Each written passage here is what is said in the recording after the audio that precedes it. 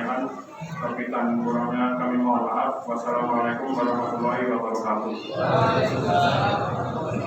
Kepada yang tampilkan Ibnu Rosyadi Istaqi, kami persilakan.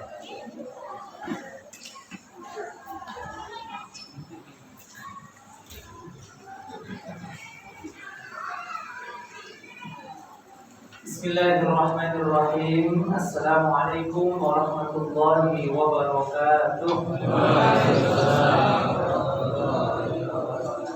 Alhamdulillah wassalatu wassalamu ala Rasulillah nabiyina Muhammad ibn Abdillah. La haula wa la quwwata illa billah. Asyhadu an la ilaha illallah wahdahu la syarika lah.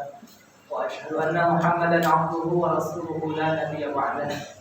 Rabbi israh li sadri wa yassir li amri wahlul 'uqdatam min lisani yafqahu qawli. Amma ba'd. Qala Allah ta'ala fi kitabihil karim wa huwa asdaqul qa'ilin. A'udzu billahi as-sami'il 'alim minasy syaithanir rajim. Wa idh ta'adzana rabbukum la in syakartum la azidannakum wa la in kafartum inna 'adzabi lasyadid. Al-ayat sadaqallahul 'aliyyul 'azim. Pertama dan yang paling utama, tentu seraya dan senantiasa kita bersyukur memuji kehadirat Allah Subhanahu wa taala atas limpahan nikmat yang Allah berikan kepada kita semua, nikmat-nikmat yang jika kita ingin menghitung-hitungnya niscaya tidak akan sanggup, nikmat-nikmat yang secara kadar mungkin kecil ataupun yang besar, yang sedikit maupun yang banyak, yang terlihat ataupun yang tidak terlihat, bahkan nikmat yang kita minta maupun yang tidak kita minta. Walaupun jika kita renungkan nikmat yang Allah berikan kepada kita jauh lebih banyak nikmat yang tidak kita minta dibandingkan yang kita minta. Dan nikmat, salah satu nikmat yang sangat berharga, bernilai, baru saja kita rasakan adalah nikmatnya salat secara berjamaah. Mudah-mudahan Allah tetapkan kita untuk bisa istiqomah dalam menaikkan salat waktu secara berjamaah. Amin ya rabbal alamin. Salawat serta salam semoga senantiasa tercurah limpah kepada uswah hasanah kita baginda Nabi besar Muhammad sallallahu alaihi wasallam, satu-satunya figur manusia mulia yang harus kita jadikan sebagai tolak ukur. Bahkan ketika kita ingin menghujamkan rasa cinta terhadap makhluknya Allah, cukuplah Rasulullah SAW. Bagaimana dengan pasangan kita, mereka hanya titipan Allah. Bagaimana dengan anak kita, mereka titipan Allah. Kapan itu titipan akan terasa? Ketika sudah diambil sama yang punya, kita akan dengan leluasa secara lirih mengatakan inna lillahi wa inna ilaihi raji'un. Bahwa kita memang sejatinya milik Allah dan kita akan kembali kepada Allah. Maka kalau kita tempatkan Rasulullah SAW di hati, maka itulah yang tepat. Mudah-mudahan rasa cinta dan kesetiaan kita kepada Rasulullah SAW betul-betul tertanam kokoh hingga ajal menjemput kita semua, dan kita digolongkan menjadi umat beliau yang kelak di yaumul kiamat nanti memperoleh syafaatnya. Amin ya rabbal alamin. Bapak Ibu hadirin, adik-adik semuanya, Masya Allah, ini sudah hari yang keberapa ini? 11. Masih semangat semua? Masih ya, kelihatan di masjid kita ini penuh. Masih, alhamdulillah.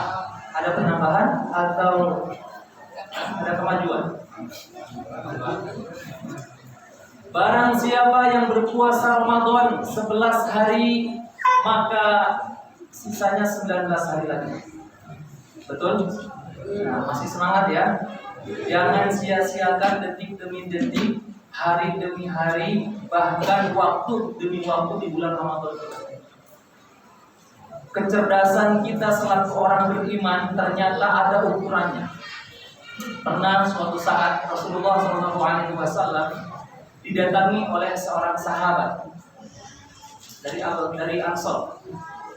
Dia bertanya, "Ya Rasulullah, ayyul mu'min afdal?" Orang mukmin, orang beriman yang paling utama itu yang seperti apa? Qala, Nabi menjawab, Nabi bersabda, ahsanuhum khuluqan. Orang mukmin yang paling utama adalah yang paling bagus akhlaknya. Di antara kita siapa yang paling bagus akhlaknya, entah kepada pasangannya, kepada istrinya, entah kepada anaknya, kepada tetangganya, kepada saudaranya, itu tidak bisa kita ukur sebelum kita bisa mengetahui. Kemudian ditanya lagi, "Tsumma ayul mu'min al-aqyas?" Orang mukmin yang cerdas itu yang seperti apa? Ternyata kecerdasan kita tidak diukur dengan sejauh mana tingginya IQ kita, intelektualitas kita. Sejauh mana kita punya penghimpunan dana, jadi orang kaya, terpandang oleh orang-orang banyak. Kecerdasan tidak diukur dengan itu semua. Justru Rasulullah SAW menegaskan kecerdasan orang beriman adalah dia bersabda, "Aksaruhum lil mauti dzikra." Orang mukmin yang cerdas adalah yang paling banyak dalam mengingat kematiannya. Dan kemudian dia mempersiapkan apa? Limauti, untuk kehidupan setelah matinya. Ulaika al-aqyas, itulah orang mukmin yang cerdas. Masya Allah. Ternyata ukuran kecerdasan kita sebagai seorang mukmin adalah siapa di antara kita yang paling banyak mengingat kematian kita. Dan kematian ini bukan sesuatu hal yang tabu, justru malah kematian ini adalah sesuatu hal yang pasti akan terjadi, pasti akan kita alami. Kalau kita lihat ada yang 3 hari, 2 hari, 1 hari sebelum Ramadan sudah dipanggil oleh Allah. Bahkan mungkin ada saudara kita yang hari ini, kemarin sore, atau kapanpun kita nggak tahu, yang pasti itu hal yang pasti. Maka ini menjadi hal yang harus kita persiapkan. Beruntunglah dia yang banyak mengingat kematiannya untuk lebih semangat dalam beramaliyah. Sehingga kerjanya dia hati-hati ketika mendapatkan rezeki yang bukan haknya. Ketika mau makan dia hati-hati dengan makanan yang sudah siap sedia, halal dan thayyibnya. Dia sangat hati-hati ketika sekolah, kuliah mendapatkan nilai yang dia tidak memperhatikan itu semuanya dengan kecurangan. Jadi kehati-hatian ini justru malah membuat dirinya selamat karena mempersiapkan kematian.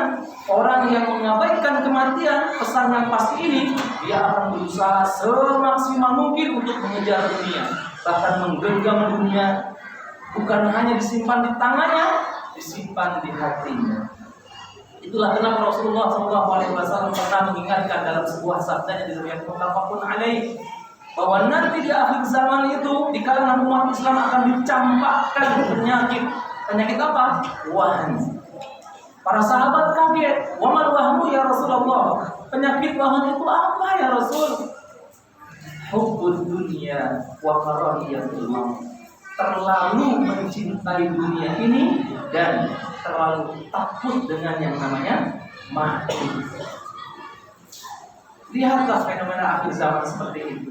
Tidak sedikit orang yang sibuk berpikir dan berusaha bagaimana caranya saya bisa memperoleh hidup yang baik, tapi lupa untuk berpikir dan berusaha bagaimana caranya memperoleh mati yang baik. Maka inilah hal yang paling penting buat kita persiapkan. Kita tidak tahu, dan kematian itu rahasia Allah. Kematian itu rumusnya erat dengan yang namanya rezeki. Kalau rezeki kita masih ada, kematian tidak akan menjumpai kita. Maka kita harus paham, orang dikasih rezeki lebih, jangan kita iri. Ya memang sudah jatahnya, nggak tahu dipercepat kematiannya, nggak tahu dengan kabarnya seperti apa. Urusan rezeki yang kita adalah nikmati dan kita syukuri. Seberapapun jumlahnya, jangan pernah termotivasi hanya ingin mengejar status sosial tinggi sehingga kita mengabaikan langkah demi langkah yang Allah sukai dan yang Allah ridhoi. Hadirin jamaah sholat Isya rahimahullah, ini pesan wasiat yang itu harus menjadi peringatan besar buat kita. Karena sejatinya kita ini hidup sebagai seorang mukmin muslim itu punya tugas utama, yaitu 2, menunggu waktu sholat dan menunggu waktu mati. Makanya urusan sholat jangan pernah kita sepelekan. Bahkan urusan puasa pun nomor sekian. Ada lebih penting daripada puasa. Apa? As-sholat.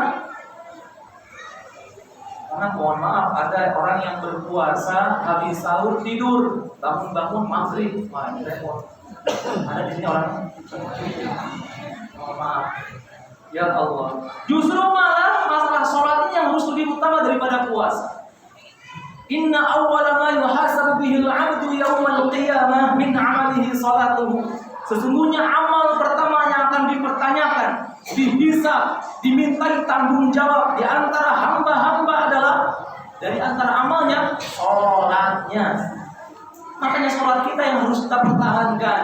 Bahwa kita sibuk kerja itu nungguin waktu sholat. Bahwa adik-adik ini sekolah, kuliah itu nungguin waktu sholat. Jangan sholat di sisa waktu. Dan buat ibu-ibu, adik-adik ini, ibu atau adik-adik yang belum menikah, cari nanti calon pasangan pemimpin imam itu adalah di masjid yang dia rajin menjaga sholat. Kenapa? Karena sholat saja dijaga, apalagi kamu. Setuju tidak?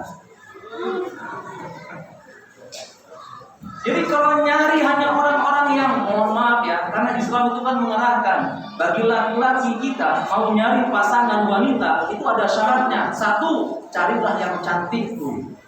Cantik. Setuju tidak? Ini buat yang belum nikah nih, yang jomblo mana jomblo ngacung? Apa yang mau 2 kali? Cantiknya dulu. Sesuai dengan keinginan mata kita. Wah, ini cocok nih. Itu ada langsung pipitnya, aduh kalau senyum masya Allah. Yang kedua, hartanya. Dilihat hartanya, ternyata matre ya laki-laki. Ini Nabi mengajarkan tungkahul mar'ah li arba'in. Dinikahinya wanita itu dengan 4 sebab. Li jamaliha, cantiknya, wali maliha, hartanya, wali nasabiha, nasabnya. Dia keturunan anak Pak Lurah. Cocok nih. Incar. Dan yang terakhir kata Nabi, walidiniha, justru malah agama nomor 4. Tapi di hadis ini dikatakan, fastar bidzatid taribat yadaka. Kamu pilih yang lebih menonjol, cenderung agamanya lebih utama, maka kamu akan beruntung. Tapi kalau ada 4-4-nya udah cantik, kaya, keturunan wah orang hebat ya, dan agamanya bagus, wah surga dunia.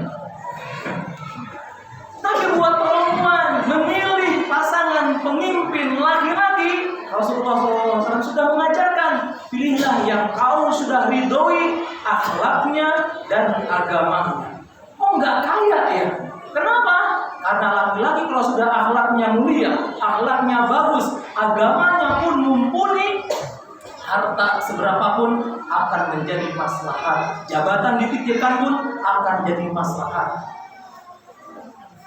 Maka silakan temukan, karena kita proses hidup ini masih sangat panjang dan kematian harus kita persiapkan. Ada yang sudah siap mati? Oh belum ya? Masya Allah. Apa alasannya? Karena masih ada rasa cinta terhadap dunia. Itu masalahnya guys. Ya cukuplah ya, intinya daripada nanti keburu mati. Intinya ayo semangat, mumpung masih ada waktu, banyak-banyak istighfar. Ya, istighfar. Allahumma innaka afuwun tuhibbul afwa fa'fu anni, nanti dibimbing oleh Bilal. Bukan hanya saat tarawih, ketika di luar waktu tarawih lagi masa baca kalimat ini menghiasi hari-hari kita di bulan suci Ramadan. Mudah-mudahan segala dosa-dosa sebanyak apapun yang kita miliki Allah ampuni di bulan suci Ramadan ini, dan Allah buatkan langkah dan pijakan kita untuk tetap berada di jalan yang Allah sukai dan Allah cintai, dan kita digolongkan menjadi hamba-hamba pilihan Allah yang memperoleh derajat la'allakum tattaqun. Barakallahu fikum. Akhirul kalam, wassalamualaikum warahmatullahi wabarakatuh.